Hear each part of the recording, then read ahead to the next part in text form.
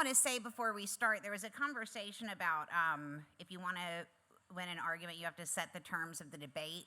And then we talked about why there was a lack of fight. These political leaders of ours are not confused.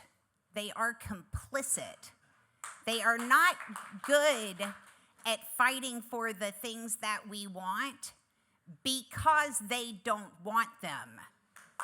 That is the answer.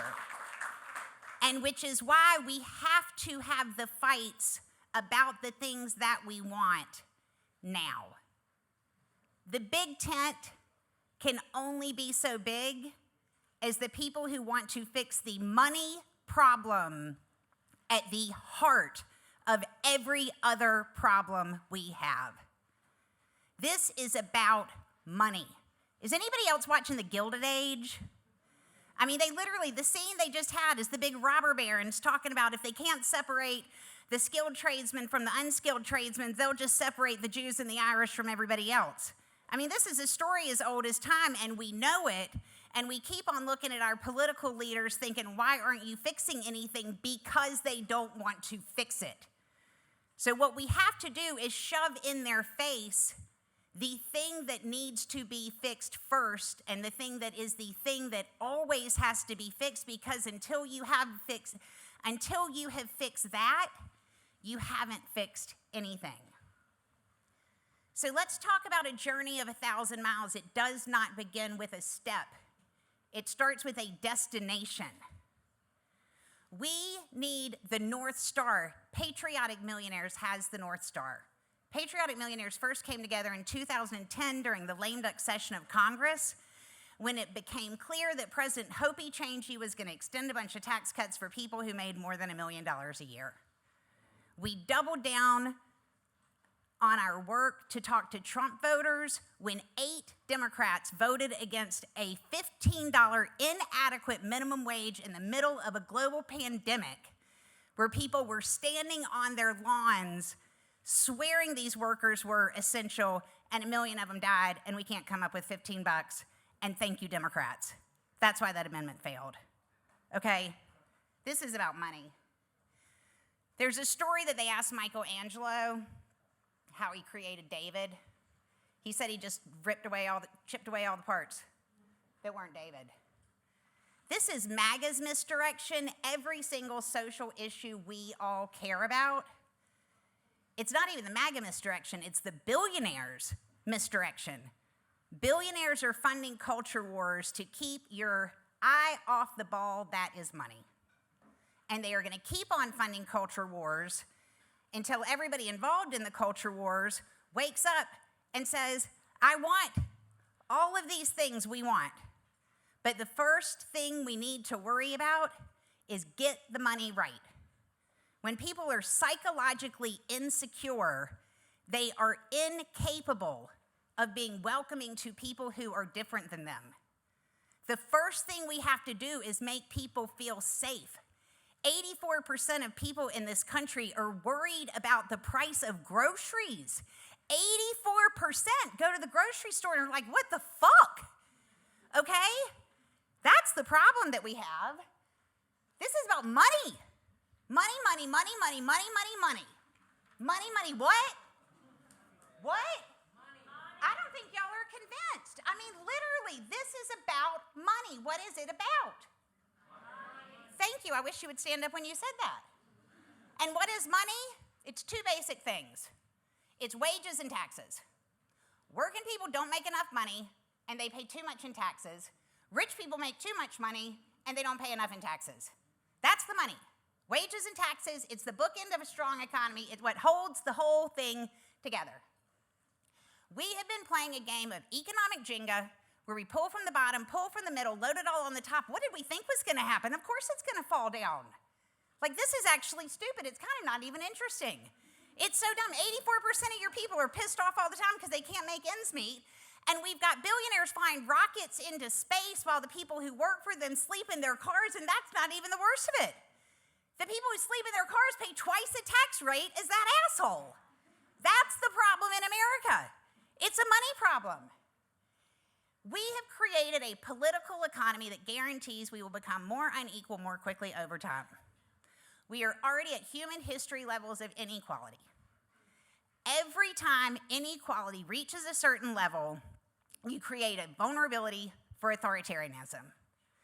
Inequality leads to authoritarianism. Say it with me. Inequality leads to authoritarianism. That's it. When enough people don't get the benefits of the economy, of the political economy, because what is the economy? It's a series of decisions that are made in the political arena. So when they don't get what they need out of the economy, they reject the political system that gave them to them. That's where we are. This is the cost of living in North Carolina. It's a state everybody cares about. How much is the cost of living in North Carolina? It is around $45,000 a year for a single adult with no children. That gives you $9 a day for food. That is not a lot of food. 40% of the people in the country don't make enough to make ends meet. 70% of people make less than the cost of living for a single adult with no children.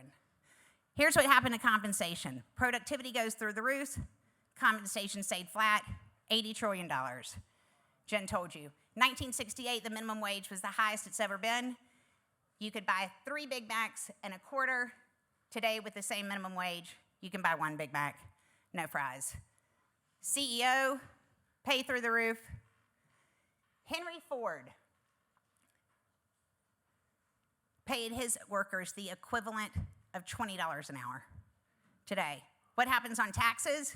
Doesn't matter who's in charge. Tax rates for the richest people in the country go in one direction, and that is down.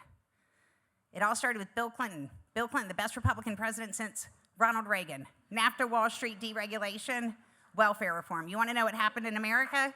Where is MAGA the strongest? Where NAFTA raped communities. That's where. These corporations don't pay taxes. The estate tax under Reagan, well, you can see this.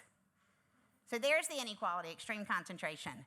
But so here's the thing, so what do you want to do about it? And here's the great thing about it, it's not even complicated. This is not complicated. You have to structure the economy in such a way that it delivers the results you need for a stable country. You have to have enough people get enough stuff that they buy into the system as a whole. That's it.